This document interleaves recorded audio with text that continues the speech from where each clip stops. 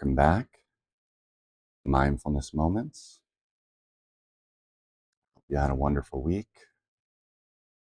Chosen a card for us today. Love your own heart. What is love? Love is treating your beating heart with a great deal of tenderness, with understanding, love, and compassion. If you cannot treat your own heart this way, how can you treat your partner with understanding and love?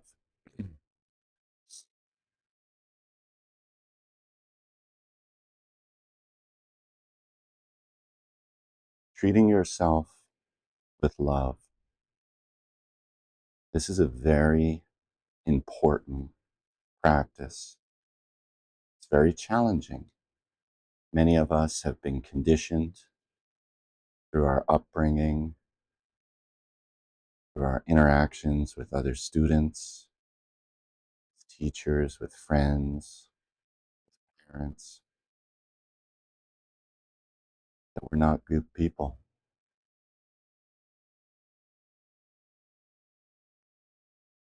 But this isn't true.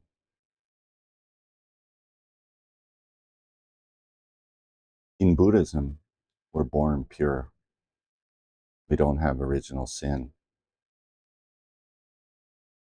And our practice is that returning to that original Buddha nature, that original purity. In the Four Agreements, Don Miguel Ruiz refers to this conditioning where we've moved away from loving ourselves. We've moved away from being pure. We've moved away from having a pure view of ourselves. He calls it domestication. The way we've been conditioned, the way we've been raised. And no one's to blame. The blaming game doesn't work. Blaming yourself doesn't work. What we really need to do is take the backward step to begin to love ourselves, to begin to forgive ourselves, to have deep compassion for ourselves. We've all made mistakes. We've all said things that we regret. We've done things where we weren't thinking. But those are the past. The past makes up the present, and the present makes up the future. The past doesn't make the future. We have the opportunity to change right now, in this moment, by looking deeply at our own heart, our own self, with love and compassion, with deep understanding and deep forgiveness. We have to forgive ourselves. We have to forgive others. We have to stop blaming. I'm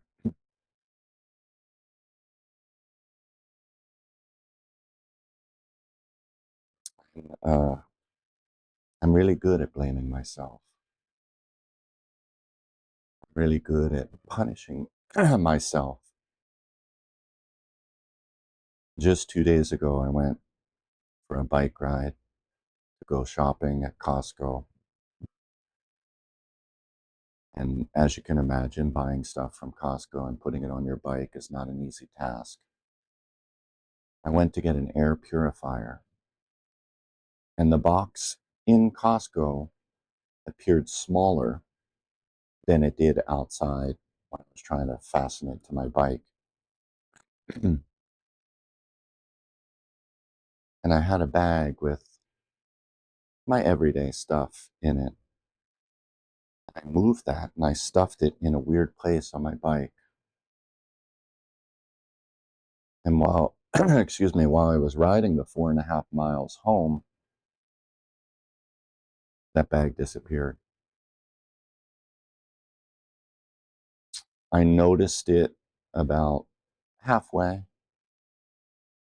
and I thought about turning around then, but the load on the bike so much that I didn't feel I could handle. So I decided to come all the way home and go back and look for it.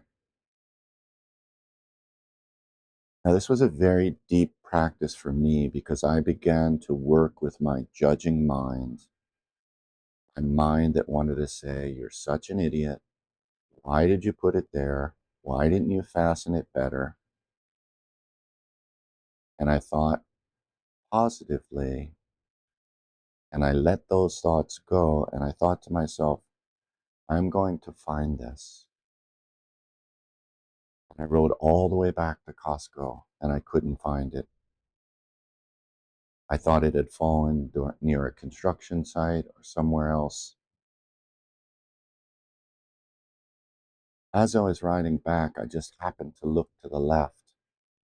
I saw the bag in the middle of the intersection, getting run over by cross traffic. I parked my bike, waited till the light changed, held my hand up to tell the bus and the other car to stop, and I pointed to the bag so I could run and get it.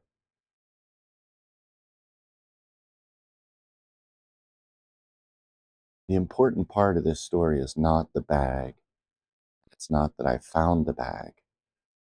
It's that I was able to work with my judgmental mind. I tend to, and maybe you as well, tend to judge other people less than I judge myself. But if I can work deeply on myself and let go of this judging mind and have true love towards my heart, this heart is not separate from yours, then I can love you more deeply. Thank you for tuning in. Thank you for all the likes, the subscriptions, the shares.